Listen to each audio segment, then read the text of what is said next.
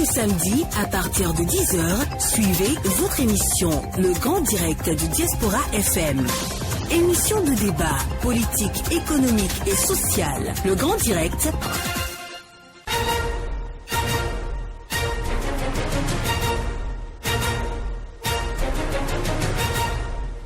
Très heureux de vous accueillir sur nos ondes. Mesdames, Mesdemoiselles, Messieurs, bonjour et bienvenue à votre émission, Le Grand Direct de Diaspora FM. Les monstrueuses difficultés que vivent les personnes en situation de handicap sont connues de tous. Malheureusement, l'intolérance des dits bien portants se poursuit à leur égard. Heureusement, nombre d'associations et de personnalités de bonne volonté travaillent à inverser la donne. Aujourd'hui, c'est l'une de ces personnalités que Le Grand Direct de Diaspora FM reçoit. Monsieur Loukman Lannian, lui-même personne en situation de handicap, est diplômé d'un master en sciences politiques à l'université Jean Moulin Lyon 3 en France et spécialiste de la RSE, la responsabilité sociale des entreprises. Président de l'association Société Inclusive, il vient nous entretenir sur le thème insertion des personnes handicapées dans la vie professionnelle, difficultés et solutions. Mesdames, Messieurs, ensemble, nous allons recevoir donc Monsieur Loukman Lannian. Bonjour. Bonjour Monsieur Dagouer. Merci de venir jusqu'à nous. C'est moi qui vous remercie de nous accueillir dans vos studios. Alors vous-même, je le disais tantôt, vous êtes une personne en situation de handicap. Dites-nous comment vous vous sentez. Je me sens comme tout le monde, un membre de la société qui contribue à sa façon à l'inclusion de personnes en situation de handicap aujourd'hui. Alors vous avez dit aujourd'hui, ça veut dire qu'hier, ça s'est un peu mal passé? J'ai ma propre expérience et pour avoir passé une partie de ma vie au Bénin, je sais que lorsqu'on est en situation de handicap, c'est pas toujours facile. Il y a bon nombre de familles, à partir du moment où ils ont un enfant qui est en situation de handicap, on commence à les cacher dans les arrière-cours. J'ai la chance de ne pas connaître cela, mais je connais des personnes qui ont connu cela. Donc oui, quand je dis que aujourd'hui, c'est que on sent quand même qu'il y a une petite évolution. On espère y contribuer davantage. Alors, vous êtes investi de la charge quand même d'aider des personnes en situation de handicap à entrer, en fait, dans la vie professionnelle. Déjà, pour ceux qui ne le savent pas, c'est vrai que ce serait quand même bizarre qu'aujourd'hui certains disent qu'ils ne savent pas ce qu'on peut appeler ou qui on appelle personne en situation de handicap. Si on vous demandait de nous définir un peu le concept, qu'est-ce que vous nous diriez? Merci beaucoup, Monsieur Dagbar. La loi béninoise portant protection et promotion des personnes handicapées donne une définition juridique du handicap, mais pour faire simple, d'accord, à nos auditeurs, je dirais tout simplement qu'une personne handicapée, c'est une personne qui connaît une certaine incapacité à vivre et à agir en société du fait d'une déficience physique, visuelle ou encore sensorielle. Donc c'est quelqu'un qui n'a pas tous ses sens, comment dirais-je, en état de fonctionnement normal. C'est bien ça. Alors, comment cette personne-là peut éprouver des difficultés pour entrer dans la vie professionnelle?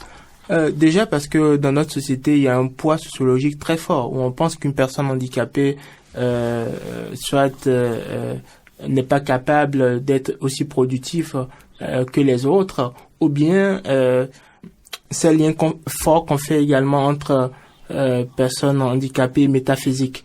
Donc il y a ce poids sociologique qui est très fort et qui fait que même au niveau des entreprises, il y a une certaine réticence à permettre à ces talents en situation de handicap d'intégrer leurs effectifs. Mais comment se manifeste un peu ces réticences, puisque vous en parlez, caricaturez-nous la situation.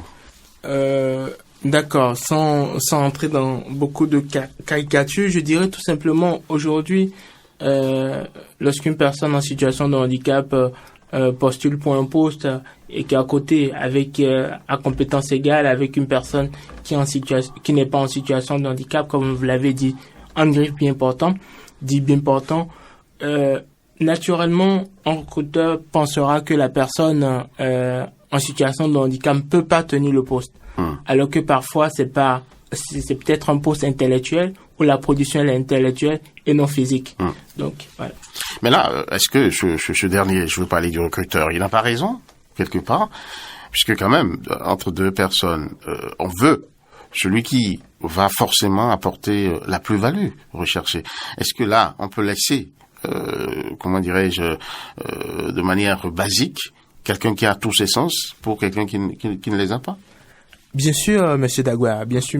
Comme je le disais tantôt, parfois les attentes sont plutôt sur un volet intellectuel et non physique. D'accord? À partir du moment où c'est pas l'intellect de la personne handicapée qui est endommagé ou qui est déficient et que c'est par exemple uniquement le physique, pourquoi ne pas lui permettre d'intégrer l'effectif et montrer de quoi il est capable?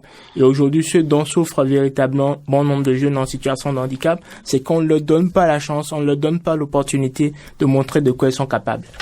Alors, face à cette situation, on peut quand même appeler à de la discrimination positive. Effectivement, sous d'autres cieux, c'est ce qu'on essaie de faire. Il faut dire que cette thématique, elle est encore nouvelle chez nous au Bénin. Quand je parle de thématique nouvelle, je parle de l'insertion professionnelle des jeunes en situation de handicap ou des personnes handicapées de manière plus générale. C'est une thématique nouvelle et il y a un travail fort à faire en termes de sensibilisation, mais également de plaidoyer pour convaincre les entreprises à ouvrir davantage leurs portes aux talents en situation de handicap. Mais alors, est-ce que votre association a quand même travaillé au plan national pour nous sortir une situation réelle dans cette thématique-là au Bénin? Quelle est la situation aujourd'hui? Qu'est-ce qu'on peut dire? Est-ce que, franchement, il y a des sociétés qui s'ouvrent à des personnes handicapées? Oui, il y en a. Et heureusement d'ailleurs, lors de mon séjour actuel de travail, qui m'a permis de rencontrer pas mal de responsables d'entreprises, il y a plusieurs entreprises qu'on a pu rencontrer. Je ne sais pas si je peux donner quelques exemples, mais il y a plusieurs entreprises qu'on a pu rencontrer qui sont très attentives à cette thématique et en dit accueillantes et qui intègrent naturellement dans leurs effectifs des personnes en situation de handicap. Maintenant, le constat que je fais que c'est la plupart de ces entreprises sont plutôt des filiales de groupes étrangers. Et donc, la thématique de la diversité, de la RSE est vraiment imprégnée dans la culture d'entreprise de ces filiales-là. Par contre, au niveau des entreprises typiquement locales, béninoises, ça peine à prendre, mais heureusement qu'il y a certaines qui donnent quand même l'exemple. Alors, Monsieur Lokman-Danignan, nous n'allons pas sauver les meubles. Nous n'allons pas rester superficiels, nous n'allons pas être courtois. Il faut quand même qu'on dise la réalité, parce qu'ici, il faut quand même crever l'abcès afin quand même de corriger la situation. Vous l'avez dit, ce sont les sociétés, les entreprises internationales qui ont leur filiale ici, qui prennent la chose en compte. Mais pourquoi au niveau national, nos entreprises, par exemple, de droit béninois, peinent à prendre la chose à bras le corps? Est-ce que vous en êtes ouvert à ces dirigeants-là et vos échanges? Comment ça s'est passé? Pour la plupart des responsables d'entreprises béninoises qu'on a pu rencontrer, ces responsables se sont montrés ouverts, d'accord? Mais pour l'instant, c'est une thématique qui n'est pas encore bien avancée au niveau de leur culture d'entreprise. Parce que tout simplement, dans notre pays, lorsqu'on parle de handicap, généralement, on attend à ce que vous venez leur demander de l'argent pour aller faire des dons de tomates, des denrées alimentaires. Et quand vous le dites, non, nous, ce qu'on recherche, c'est pas que vous nous donniez de l'argent pour qu'on puisse leur donner à manger. Non, vous avez des effectifs, vous recrutez des personnes. Insérez-les, faites-les entrer dans vos effectifs, permettez-leur de vous montrer de quoi ils sont capables. Donc, aujourd'hui, je pense que c'est en travaillant avec ces responsables qu'on va pouvoir avancer sur ce point. Donc, il y a un problème fort de mentalité, d'approche, de lecture de la thématique. Mais quel travail pensez-vous faire avec ces responsables-là, de ces entreprises, pour que la donne puisse changer? Tout d'abord, de la sensibilisation pour qu'on puisse les faire comprendre que le handicap, déjà, c'est pas contagieux et que le handicap n'empêche pas d'avoir un talent et de pouvoir l'exprimer. D'accord? Et aussi, en quoi faisant, en les embarquant dans un certain nombre d'activités que nous menons, c'est peut-être le cas d'évoquer un des programmes phares que nous avons déployé l'année dernière avec bon nombre d'entreprises locales ici au Bénin. Je l'ai dit, tantôt vous êtes le président de l'association inclusive, société inclusive. C'est voilà. ça. Société inclusive. Donc vous êtes le président. C'est ça. Donc c'est cette association qui mène le plaidoyer en fait. Oui, qui mène le plaidoyer en faveur de l'insertion professionnelle des personnes, des jeunes en situation de handicap. Il faut dire qu'aujourd'hui, nous, notre cible prioritaire, c'est plutôt les jeunes en situation de handicap. C'est pour ça, lors de cet échange, vous me verrez beaucoup utiliser le terme jeune, l'expression jeune en situation de handicap. Expliquez-nous un peu déjà l'expression là. Merci beaucoup. On va du constat que il faut commencer quelque part. Et pour ne pas aller dans tous les sens, il faut décider de travailler avec une cohorte donnée.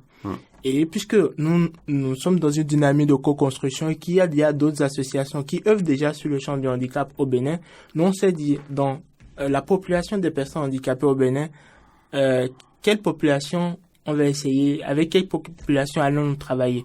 On a décidé de travailler avec les jeunes parce que ces jeunes-là... Vous avez déterminé votre cible. C'est ça. Ces jeunes-là, on pense qu'on peut encore les accompagner, travailler pour changer un peu leur mentalité parce que c'est encore façonnable. Par contre, peut-être les anciens, ça va être un tout petit peu plus compliqué. Et pour ce qui est important pour nous, c'est l'avenir. Et les jeunes d'aujourd'hui, c'est eux l'avenir de demain. Et si très tôt on commence à travailler avec eux pour leur montrer que le handicap, ils peuvent en faire une faiblesse ou une force, à eux de faire le choix. Donc là, vous vous intéressez aux jeunes en situation de handicap. C'est ça. Comment les trouvez-vous? Merci beaucoup. On les trouve à travers, dans un premier temps, parce que sur les réseaux sociaux, on est plutôt actif, notamment sur Facebook, où on partage énormément d'actualités, et ça nous permet de pouvoir toucher un certain nombre de jeunes. Mais l'autre manière pour nous de pouvoir enregistrer de nouveaux bénéficiaires, c'est à travers l'association des scolaires étudiants handicapés du Bénin, qui est l'un des associations. Il y a une association du genre qui existe. C'est ça. D'accord. Qui est un peu l'association fêtière qui regroupe les scolaires et les étudiants handicapés du Bénin. Donc, on est en partenariat avec cette association et on travaille de manière très proche avec cette association qui nous envoie des jeunes membres de leur structure pour qu'on puisse les faire bénéficier de notre accompagnement. Alors, cette cible, comment se comporte-t-elle face à votre message, face à vos, vos activités vis-à-vis d'elle? Sans être global, je dirais, il y a une partie qui salue favorablement la démarche, la dynamique, et qui croit à nouveau que c'est possible. D'accord? Il y a une autre partie en griffe qui est un tout petit peu défaitiste et qui peine un peu à croire à la chose et à se dire que c'est bien possible. On peut faire de son handicap la force pour pouvoir avancer. Et comment réussissez-vous à les appâter, à les atteindre? Pour répondre à cette question, je dirais tout simplement, c'est en donnant déjà l'exemple. Pour rejoindre le thème de notre émission, l'insertion professionnelle des jeunes en situation de handicap, ici au Bénin, l'équipe de notre association a 2 salariés, par exemple, à ce jour. D'accord. Et les 2 salariés sont en situation de handicap. D'accord? Donc, nous, c'est déjà donné l'exemple en disant, on vient pas parler de l'insertion professionnelle. Vous faites la pédagogie par l'exemple. Tout à fait. Donc, à partir de ce moment-là, ils voient que ceux qui sont déjà devant eux, qui parlent de cette thématique, sont des personnes qui sont déjà concernées par cette thématique. Et parfois, c'est beaucoup plus facile de les embarquer ainsi. Alors, Monsieur Lukman Lanignan, l'un des intérêts de cette émission, c'est d'aller quand même au cœur de la situation que vivent les personnes en situation de handicap. Et là, déjà, vous leur apportez une solution. Vous savez très bien, vous l'avez dit, c'est beaucoup plus la reclusion, la grande caractéristique de ce genre de personnes. Comment réussissez-vous à leur faire comprendre la nécessité de sortir, en fait, parce que c'est des gens souvent réservés et lorsqu'il s'agit pour eux de sortir, ils sont souvent agressifs. Est-ce que vous avez remarqué la chose? Comment travaillez-vous pour quand même que tout ceci puisse s'améliorer à leur niveau? Merci beaucoup. Tout d'abord, c'est pas le poids de l'échange, pas la force de de la discussion et de l'exemple, comme je l'ai déjà dit tantôt, et également à travers un certain nombre d'activités que nous organisons, notamment des ateliers de coaching sur la thématique du développement personnel. Vous n'êtes pas sans savoir que généralement, lorsqu'on est en situation de handicap, on a un manque de confiance en soi, d'estime de soi. Et nous, à travers ces ateliers de coaching, on essaie déjà de travailler dessus pour le faire comprendre que le fait qu'on soit en situation de handicap, ça ne veut pas dire que c'est terminé, qu'il n'y a plus d'issue. Non. À nous maintenant, et moi j'ai l'habitude de dire, étant croyant, le Seigneur dans sa grande miséricorde, lorsque il vous soustrait un sens ou rend difficile la jouissance d'un sens, il augmente ailleurs. Maintenant, à vous, personnes handicapées, de chercher à mieux vous connaître pour pouvoir mieux exprimer là où se trouve vos super pouvoirs. Et comment ça se passe? Est-ce que vous avez un public assez ouvert, assez, comment dirais-je, prêt à écouter votre message? Bien sûr, Monsieur Dagbar. Il faut dire que l'année dernière, malgré la Covid-19, notre programme phare de l'année dernière, qui est dénommé Handitime, qui est des ateliers de coaching que nous organisons sur plusieurs thématiques liées à l'emploi, malgré la Covid, on a pu toucher 140 bénéficiaires. D'accord? Même si le nombre n'est pas grand, il faut dire que ramener un peu au public avec lequel on essaie de travailler, c'est pas rien du tout, et tenant compte également de la réalité de l'heure qui était la crise sanitaire. Donc, petit à petit, on fait notre bonhomme de chemin. On constate que le bon nombre de jeunes commencent à y croire, à se dire que maintenant, c'est bien possible que je puisse réaliser mes rêves, exprimer mon plein potentiel malgré mon handicap, et on en est ravis. Est-ce que l'association a tenté quand même un recensement pour savoir un peu quelle est la population au Bénin de personnes en situation de handicap?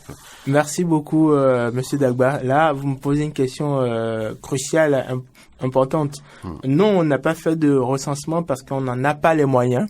D'accord? Et quand je dis qu'on n'en a pas les moyens, c'est que, en principe, le recensement devrait être fait par l'État béninois. Maintenant, est-ce que l'État béninois en sent le besoin? Et il faut dire que le dernier recensement qu'on a date de 2013, je pense, de 2013, d'accord, et qui chiffre à environ moins de 100 000 la population des personnes handicapées. Et je peux vous dire que la plupart des associations qui œuvrent sur le champ du handicap au Bénin s'accordent pour dire que ces chiffres sont pas réalistes. D'accord? Ah oui? Voilà. Parce que tout simplement, ce chiffre, pour nous, est sous-évalué. C'est peu.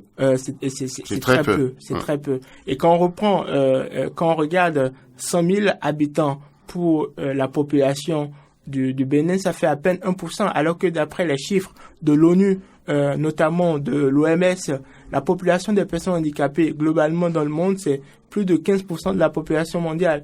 Donc 1% et 15%, ramener toutes choses étant égales par ailleurs, vous voyez qu'il y a vraiment un écart très appréciable et important entre les chiffres donnés par le recensement. Maintenant, l'autre problème soulevé par ce recensement, c'est qu'il n'est plus d'actualité. C'est un recensement de... Vous avez dit 2013. 2013, on est en 2021. Ouais. Donc aujourd'hui... de 8 ans. Hein. Voilà, aujourd'hui, réellement, bien malin pourra vous dire il y a tel nombre de personnes handicapées au Bénin. Et nous espérons que l'État pourra avancer sur ce point dans les années à venir. Mais est-ce que vous avez un projet dans ce sens? Parce que quand même, la cible avec laquelle vous travaillez, on doit quand même avoir une idée. Hein? Merci beaucoup, Monsieur Dagba. Tout à fait. Puisque je disais tantôt, nous, on n'a pas les moyens de faire un recensement général pour pouvoir avoir une idée des personnes. Pour y trouver les moyens. C'est des questions de milliards, d'accord? Et je pense quand même que c'est tellement qu'il y a des projets en cours au niveau du gouvernement avec les partenaires techniques et financiers pour pouvoir avancer dessus. Toutefois, pour répondre à votre question, nous, en fonction des cibles qu'on s'est donné d'accompagner, qu'on s'est fixé comme objectif d'accompagner, on a décidé de faire un recensement plutôt sectoriel. Puisque ces jeunes-là, ce sont des jeunes, pour la plupart, pour nous, pour l'instant, qui sont inscrits dans le cursus académique, on s'est dit on pourrait très bien faire un recensement à travers les centres de formation, c'est-à-dire les écoles, les collèges, pour pouvoir avoir une petite population et avoir une petite idée, tout au moins, des apprenants qui sont en situation de handicap. Alors, quels sont les autres projets que pilote l'association, votre association? Merci beaucoup, Monsieur Dagba. Il y a par exemple le projet, le programme Espoir. Espoir avec H-E-S-P-O-I-R. Espoir, c'est quoi? C'est tout simplement un programme de mise à disposition d'équipements de compensation de handicap. Et l'année dernière, en septembre de l'année dernière, on a pu donner à une cinquantaine de jeunes en situation de handicap des équipements de compensation de handicap, c'est-à-dire des fauteuils roulants pour faciliter leur déplacement, leur mobilité, des tablettes braille pour faciliter la prise de notes, des loupes agrandissantes pour les non ou les malvoyants, des cannes blanches pour les non-voyants également. Donc voilà un exemple de programme que nous menons. Et là, c'était la première édition. Et cette année, pareil, la deuxième édition. En septembre, il y aura la deuxième édition. Et c'est l'occasion également de faire un petit clin d'œil à la ministre en charge des Affaires sociales qui nous a fait l'honneur d'être présent à la première édition de... Alors, j'allais même embrayer là-dessus. Vous me permettez, quelles sont vos relations avec ce ministère-là? Est-ce que ça se passe bien ou bien c'est encore là aussi des blackouts? Non, nos relations avec ce ministère sont beau-fils. On travaille avec la direction des personnes handicapées et du troisième âge au Bénin, qui est quelqu'un d'assez disponible. Et ensemble, on nous invite assez régulièrement à des séances, des séminaires. Voilà, des échanges, toujours pour également avoir notre avis sur tel ou tel aspect d'un sujet concernant la thématique du handicap au Bénin. Mais on aimerait bien aller au-delà de ces cas de concertation, d'accord, et pouvoir avancer sur d'autres projets ensemble. Donc, vous voulez dire que le gouvernement est quand même à l'écoute de vos desiderata? Tout à fait. Que ce soit le ministère à travers la ministre en charge des Affaires sociales, Madame Tony Fodé, ou encore le directeur des personnes handicapées, Monsieur Boubacar Baniyoro. Alors, c'est l'occasion quand même d'aborder cette loi, la loi numéro 2017-06 du 29 septembre 2017, qui parle en fait de la situation des personnes handicapées, qui régit, on va dire. Quelles sont les dispositions en faveur des personnes handicapées que recèle cette loi? Si on vous demandait de nous la présenter brièvement. Merci beaucoup, Monsieur Dagba. Déjà, il faut dire que cette loi est une avancée majeure dans notre pays en matière de droits des personnes handicapées.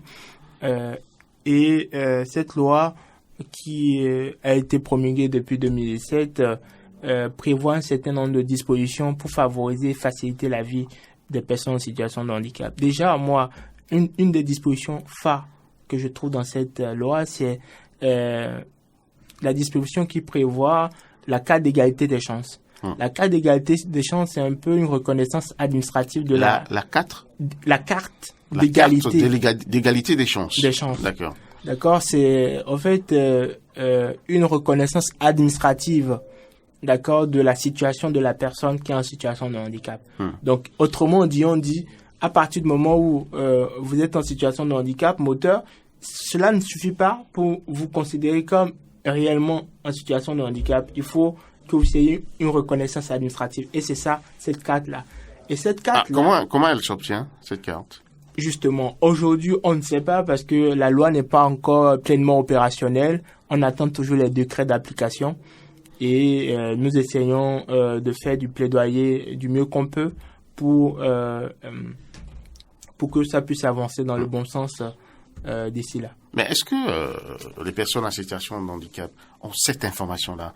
Parce que le problème, c'est que il suffit simplement d'être un handicapé moteur ou un handicapé visuel, attraper une canne, et toute la société vous reconnaît comme une personne en situation de handicap. Mais tel n'est pas le cas de la loi. il faut aller faire une déclaration. Alors, quelles sont les conditions, en réalité?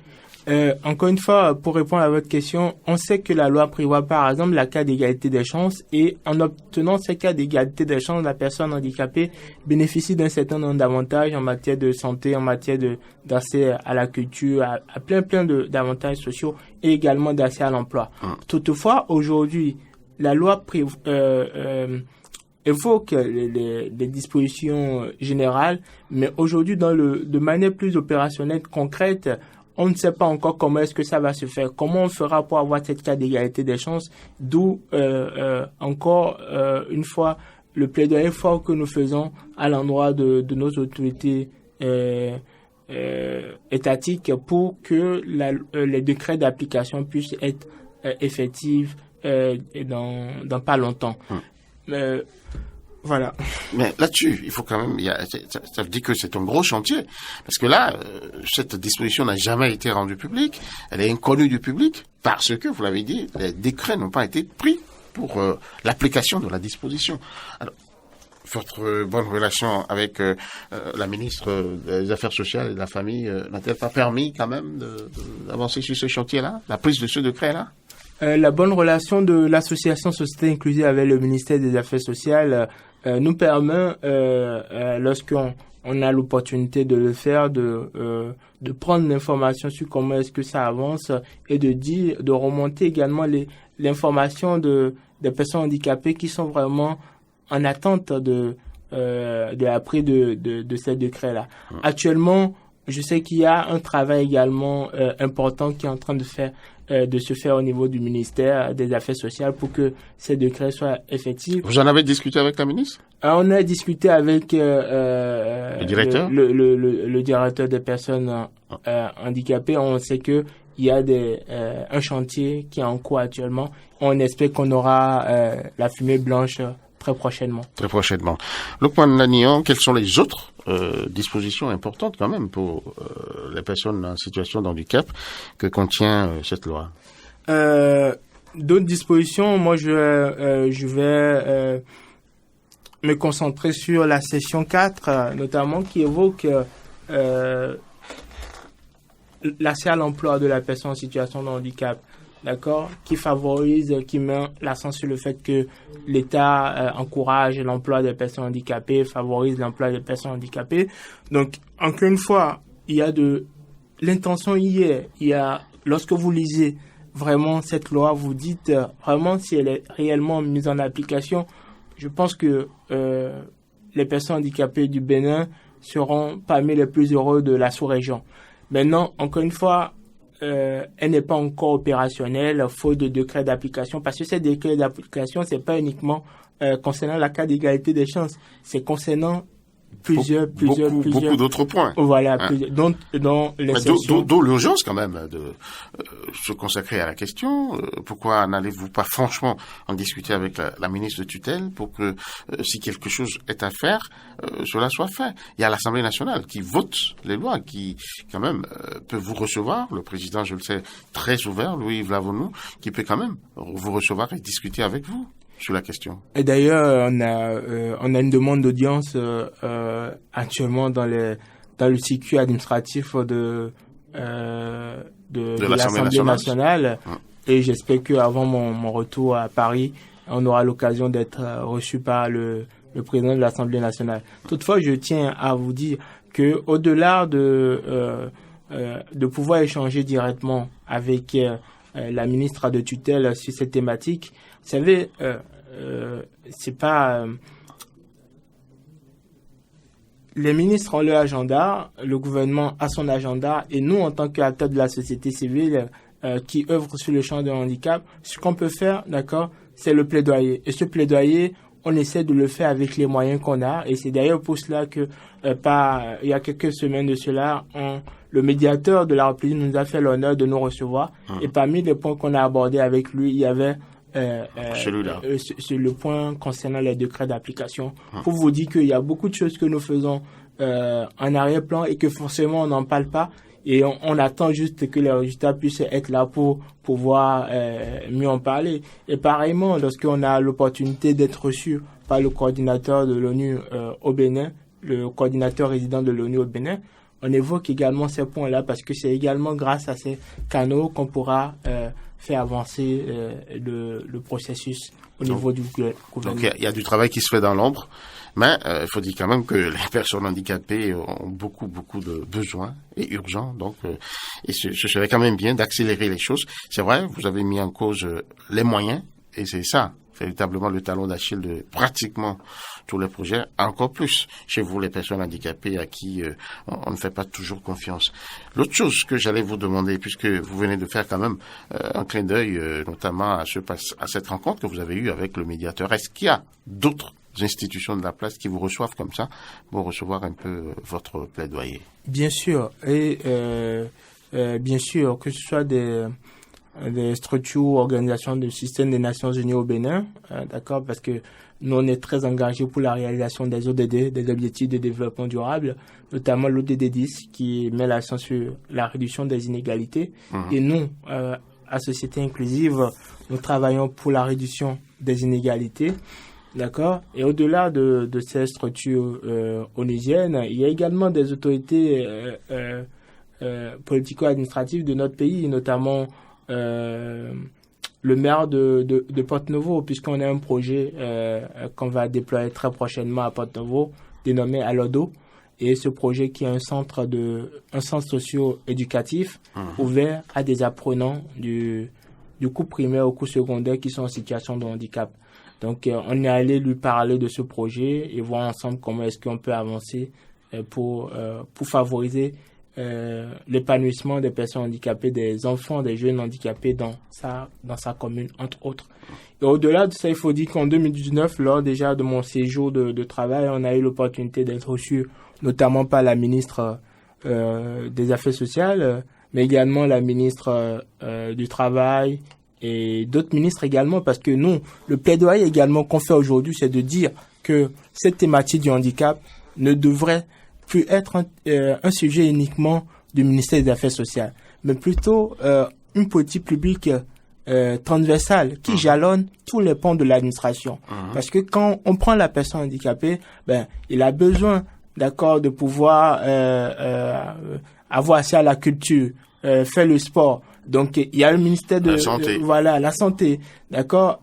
Il y a également besoin de pouvoir avoir accès aux juges lorsque ces droits sont menacés. Ces droits sont menacés. Donc, c'est vraiment un sujet transversal.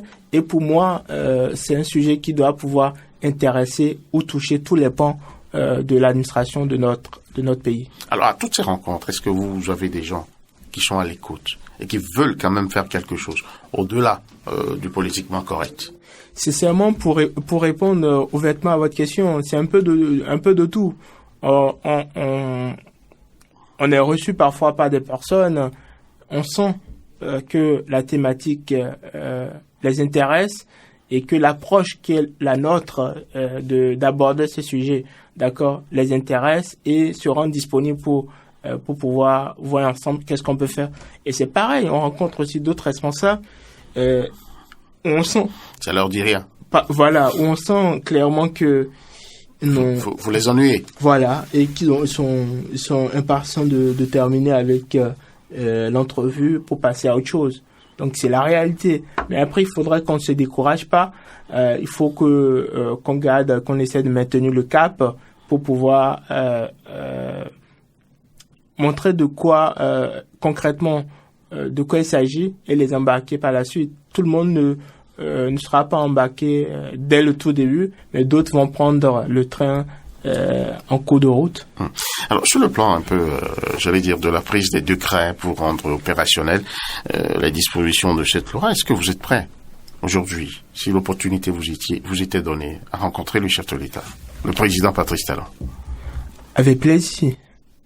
Rien ne m'empêcherait de pouvoir rencontrer le premier des Béninois pour pouvoir évoquer notamment cette thématique liée au décret d'application qui, aujourd'hui, empêche l'opérationnalité de cette loi qui est très importante pour nous, les personnes handicapées au Bénin. Pourquoi vous ne faites pas des démarches en ce sens? Il est très ouvert aujourd'hui. C'est vrai. Et il est très sélect aussi dans ces dossiers. Et et quand moi je le regarde, quand je vois un peu comment il fait les choses, c'est les dossiers les plus sensibles. La dernière fois, je ne sais pas si vous avez suivi la télévision, il a reçu des jeunes de Atigan qui innovent avec nos matériaux d'ici. Mais avant ça, il a reçu un pharmacien qui est quand même ébéniste. Vous voyez un peu, il est quand même assez sélect dans ce qu'il reçoit. Alors, moi, je pense que sur une question aussi sensible que celle des personnes handicapées, il devrait pouvoir être sensible. Certainement. C'est vrai que pour l'instant, on n'a pas entrepris une démarche dans ce sens, d'accord? Et on essaie pour l'instant de pouvoir discuter, avancer sur ces sujets avec notamment notre ministère de tutelle, et peut-être que à l'avenir l'opportunité se présentera pour que on puisse rencontrer directement le chef de l'État. Alors revenons à la loi numéro 2017, puisque nous parlons insertion professionnelle des personnes en situation de handicap. Est-ce qu'il y a des dispositions qui favorisent cette insertion dans la loi numéro 2017? Bien sûr, il y a Quelles sont-elles? C'est encore la section 4 qui met l'accent sur l'emploi, et parmi les dispositions, c'est de pouvoir permettre à une entreprise qui emploie une personne handicapée de bénéficier davantage, notamment sur le plan fiscal, par exemple. Sur le plan fiscal, par exemple. Est-ce que cette disposition-là existe? Ça existe déjà. Dans la loi. Dans la loi, et ça existe d'ailleurs également au niveau du Code du travail. Je pense le paragraphe 5. D'accord. Maintenant, du Code du travail. Du Code du travail de notre pays. Mais pourquoi rien de tout ça n'est expliqué, n'est porté à la connaissance du public? Je pense que on a. Est-ce que les entrepreneurs eux-mêmes sont informés, par exemple, de cette disposition? Je pense qu'on a avantageuse. On a un problème de vulgarisation aujourd'hui, d'accord. On ne connaît pas réellement ce qui existe en la matière, donc il y a la nécessité de vulgariser, de faire la sensibilisation pour faire connaître toutes ces dispositions à nos employeurs, afin de leur faire comprendre qu'en employant une personne handicapée, également voici les avantages dont vous pouvez bénéficier. Toutefois, encore une fois, et c'est là ce qui fait de la carte d'égalité des chances l'élément central de cette loi. C'est cette carte d'égalité des chances qui pourra en fait permettre à une entreprise de prouver que l'employé qui l'intègre dans son équipe est handicapé, et pouvoir lui permettre de bénéficier de ces avantages au niveau fiscal, par exemple. Voyez? Et aujourd'hui, cette carte d'égalité des chances n'est pas opérationnelle. Donc, on peut alors dire, par conséquent, que cette disposition aussi n'est aujourd'hui pas pleinement opérationnelle. Alors, finalement, est-ce que vous ne constatez pas que, définitivement, cette carte d'égalité est urgente? Et là, maximiser peut-être les plaidoyers, les démarches pour que la prise de crin puisse être une réalité d'ici à là. Je partage entièrement votre point de vue, Monsieur Dagbar, d'accord. Et c'est la conviction, c'est notre conviction au niveau de société inclusive également qu'il y a urgence à avancer sur cette thématique. Et comme je le disais tantôt, je suis persuadé que très très prochainement des choses se feront dans le sens, et puisque de nos échanges qu'on a pu avoir, ou même d'autres partenaires qu'on a pu rencontrer, on sait qu'il y a des choses qui se font, qui sont dans les circuits, et on espère encore une fois que la fumée blanche pourra sortir très rapidement pour le bonheur des personnes handicapées de notre pays. Alors, soyons pratiques maintenant. Oui. Dans cette émission, parce que nous avons quand même forcément des personnes en situation de handicap qui nous suivent. Le thème de l'émission, c'est l'insertion des personnes handicapées. Et si on s'adressait à ces personnes handicapées-là, est-ce qu'elles ont souvent le courage? Parce que j'en connais beaucoup qui ont fait l'université, qui ont fait des diplômes, qui sont compétents, qui sont aptes à travailler, mais est-ce qu'ils ont souvent le courage, ceux-là, d'aller postuler réellement et de jouer crânement leur chance? Merci beaucoup, Monsieur Dagbar. Comme vous l'avez dit tout à l'heure, cette émission, il faut qu'on puisse se dire les choses telles qu'elles sont. Aujourd'hui, disons la vérité, il y a une grande partie de personnes handicapées qui sont un peu défaitistes, d'accord, et qui peut-être le poids sociologique et sociétal a fait que dans leur imaginaire ils se sont dit bon, c'est pas possible pour nous, on peut pas avancer dans ce système. Donc pour répondre à votre question, oui, je pense qu'il y a une bonne partie de personnes handicapées aujourd'hui, d'accord, qui s'auto-limitent, qui se disent je peux pas aller postuler à tel emploi. Mais ne les jetons pas de la pierre très très rapidement. Il y a aussi la réaction des recruteurs, des entreprises qui ne favorisent pas cela. Une petite parenthèse, moi j'ai eu la chance au cours d'une autre vie professionnelle, avant de créer mon entreprise en 2020, mon cabinet de conseil, de travailler au sein d'entreprises comme Safran, Total ou encore la Cité Générale. On va pas citer. Donc, pour dire tout simplement... On va pas citer de nom. Donc, pour de grandes entreprises étrangères. Sincèrement, de vous à moi, je ne pense pas que si j'étais au Bénin, on allait me permettre d'intégrer ces entreprises et de montrer de quoi je suis capable. Aussi facilement. Donc, il y a ce travail fort à faire pour changer la mentalité de nos responsables d'entreprise, des recruteurs, pour les faire comprendre que, à partir du moment où le handicap de la personne ne l'empêche pas d'être productif, c'est vrai, on ne va pas demander à une entreprise du bâtiment, par exemple, où ils ont besoin de maçons, de faire travailler quelqu'un en fauteuil roulant pour cimenter, par exemple, des briques. Donc, il faut aussi que la personne handicapée, le jeune en situation de handicap, ait une certaine aptitude à faire le métier. À partir du moment où il est apte à faire le métier et que ses compétences cadrent avec vos besoins en entreprise, donnez-lui sa chance pour qu'il puisse vous montrer de quoi il est capable. Mais là, est-ce que, on ne va pas attirer l'attention? Parce que vous savez, aujourd'hui, même pour les dits bien portants, la situation n'est pas rose. La situation de l'emploi est ce qu'elle est. Alors, une loi comme celle-là ne devrait-elle pas quand même être plus éclairée, plus incisive sur la question, en donnant, par exemple, un quota chaque fois qu'il s'agira de recruter dans la fonction publique, par exemple, un quota, même si c'est 10%, même si c'est 15%, pour les personnes handicapées? Merci, Monsieur Dagba. Ce que vous êtes en train d'aborder là, par rapport au quota, ça rejoint un peu la conception un peu française de l'emploi des personnes handicapées, où on essaie de... Parce que, disons-nous la vérité, je vous arrête pas, vous allez continuer, disons-nous la vérité. Tant qu'il n'y aura pas des lois qui favorisent ce genre de situation, les personnes en situation de handicap ne pourront pas vraiment être satisfaites, parce que c'est une affaire de compétition. Aujourd'hui, l'entrepreneur veut avoir une ressource humaine qualifiée, de qualité, et pour pouvoir atteindre ses objectifs. Et si on va encore, vous voyez un peu de ce côté-là, vous voyez un peu, ça réfrène leur ardeur. Donc, alors que si la loi devrait pouvoir imposer, lorsque vous avez 5 postes ou 10 postes à recruter, eh bien, au moins un revient à une personne handicapée. Je partage parfaitement votre point de vue, et pour moi c'est l'un des points d'évolution de la loi, parce qu'une loi en principe est également appelée à être évolutive et évoluer avec le temps. Et pour nous, à partir du moment déjà, vous l'avez dit, l'urgence pour nous c'est déjà que cette loi soit pleinement opérationnelle et que déjà les bonnes dispositions que contiennent cette loi puissent être mises en œuvre. Mais dans l'évolution, on l'a voté en 2017. Peut-être que dans 1 an, dans 2 ans, on aura l'occasion de faire quoi? De revisiter cette loi.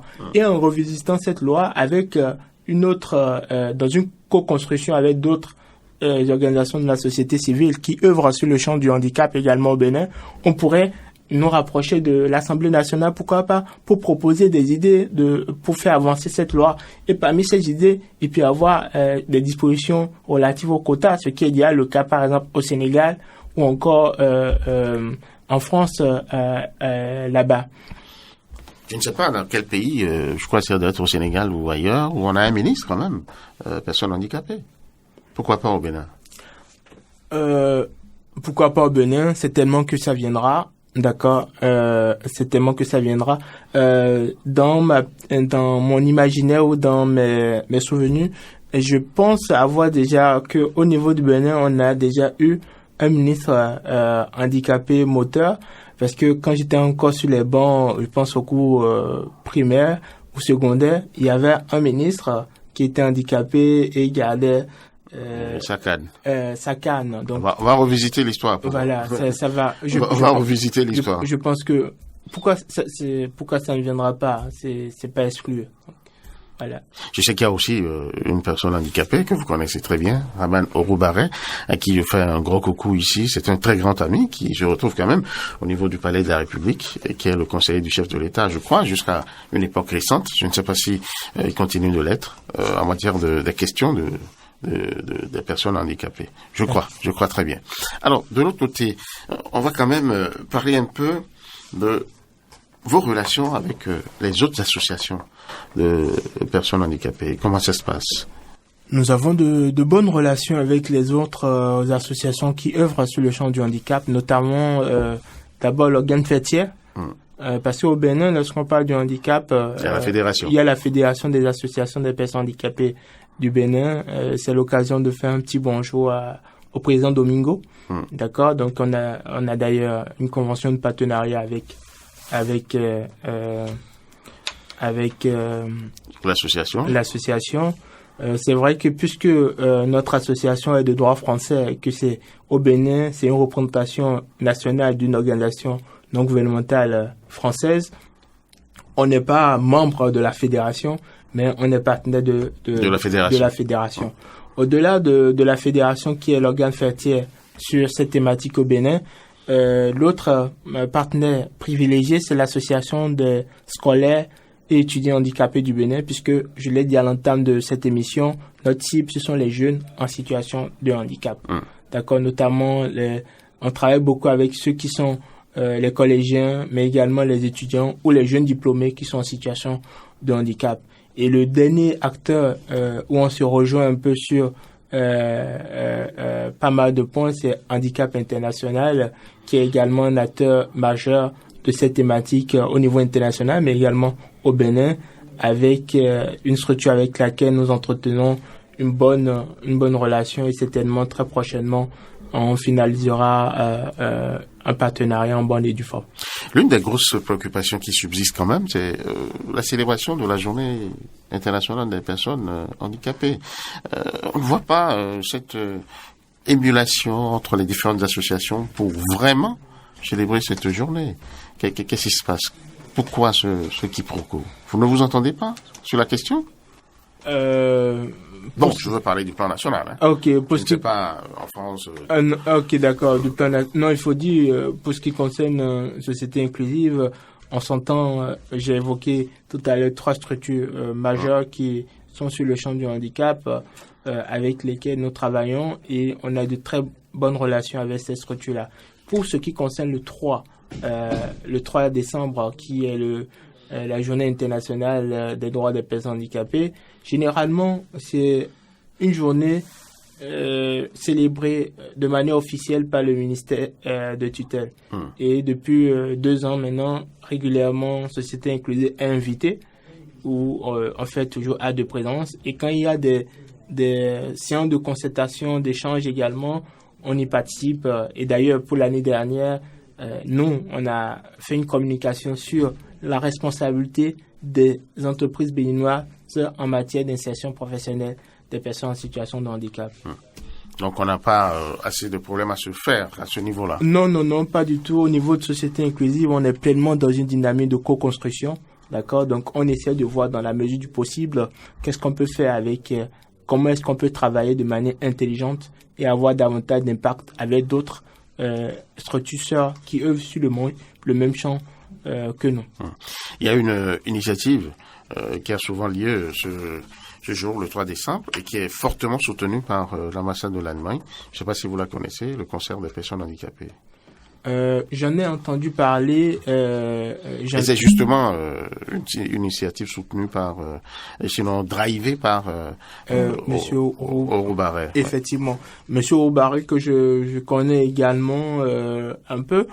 C'est vrai qu'on n'a pas encore eu l'occasion, lui et moi, de nous rencontrer physiquement comme ça, mais depuis 3 ans, on échange en distanciel régulièrement, mais on n'a pas encore eu l'occasion de nous rencontrer. Alors, cette initiative-là, est-ce que vous êtes parti pour quand même soutenir la chose et tout? Parce que quand même, c'est l'occasion d'expression des talents artistique, en fait, des personnes handicapées. Ce qui, franchement, surprend beaucoup, mais attire et rend intéressant la chose. Moi, j'en parle parce que j'ai eu souvent l'occasion d'aller couvrir cet événement et qui est franchement unique en la matière chaque année. Et franchement, c'est bien. Je pense que déjà, ce qu'on fera, c'est de voir dans quelle mesure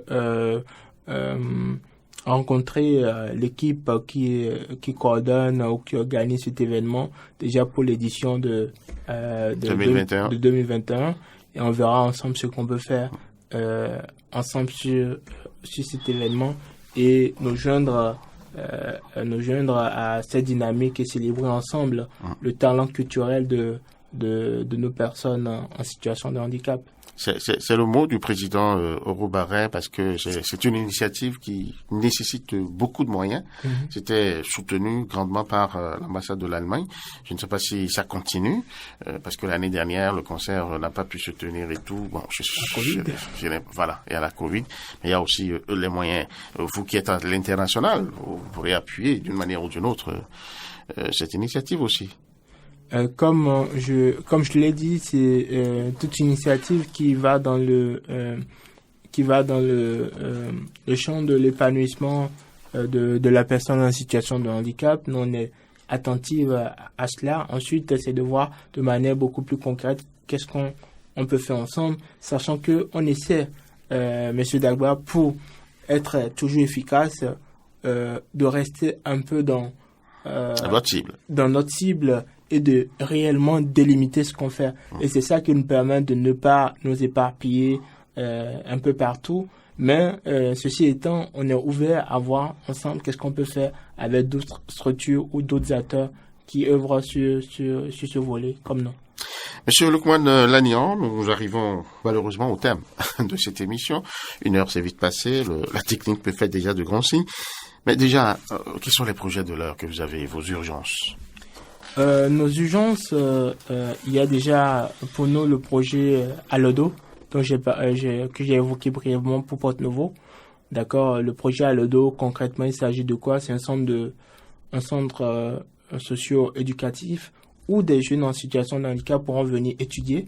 Il y aura une salle d'informatique pourront être initiés au codage, au développement web, mais également un espace de jeu où ils pourront participer à des jeux toujours pour aérer leur esprit parce qu'ils en ont également besoin. Donc pour nous aujourd'hui c'est la priorité et pour la fin de l'année il y a deux gros projets qui nous attendent. C'est la deuxième édition de Espoir, l'opération de mise à disposition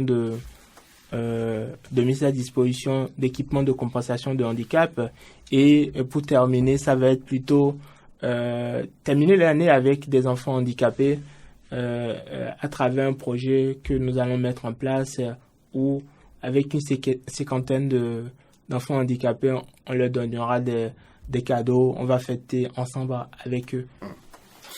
Lukman Lagnan, nous arrivons définitivement au thème de cette émission. Merci vraiment d'avoir été avec nous. Quel est votre mot de conclusion, peut-être à l'endroit des personnes handicapées?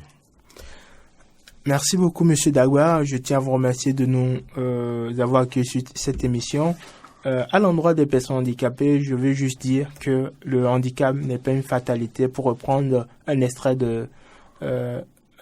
d'une chanson de Zule Sangaré, il leur dit qu'ils sont capables de faire de leur handicap un moteur pour pouvoir avancer, comme en faire un frein pour pouvoir rester statique. Et moi, je les convie à en faire un moteur pour pouvoir avancer. Mais pour terminer, je souhaiterais également demander à nos autorités étatiques de réellement avoir une approche d'inclusion dans l'élaboration des futures politiques publiques, parce que dans toute politique publique, il faudrait qu'on puisse penser à une approche inclusive pour permettre réellement à toutes les franges de la population, notamment les personnes handicapées, de pouvoir également se sentir à l'aise et élément contributeur du développement de la communauté. Je vous remercie. Je m'en voudrais de ne pas vous faire réagir sur cet élément-là, les passages au niveau des entreprises, au niveau de l'administration, pour faciliter le déplacement, la mobilité des personnes handicapées? C'est vrai que ça a commencé, mais est-ce que c'est ce qu'il faut à votre goût?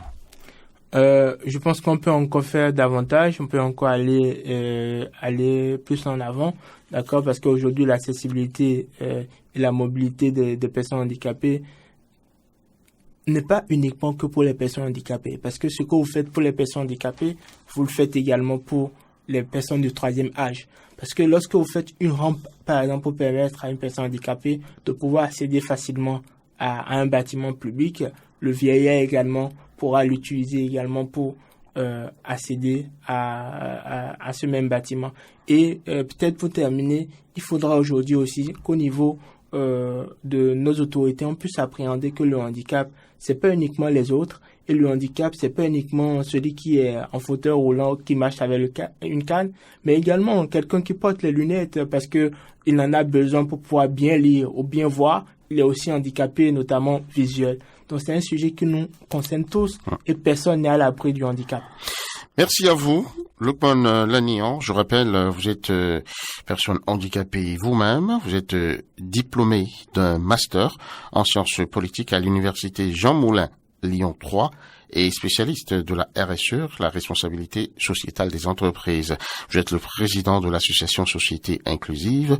Vous êtes venu faire votre grand direct aujourd'hui sur Diaspora FM sur le thème insertion des personnes handicapées dans la vie professionnelle, difficultés et solutions. Et là-dessus, nous avons évoqué la loi numéro 2017-06 du 29 septembre 2017 et surtout les dispositions contenues dans cette loi qui favorisent et bien sûr l'insertion professionnelle des personnes handicapées. Merci à chacun et à tous d'avoir été avec nous. Samedi, à partir de 10h, suivez votre émission Le Grand Direct du Diaspora FM.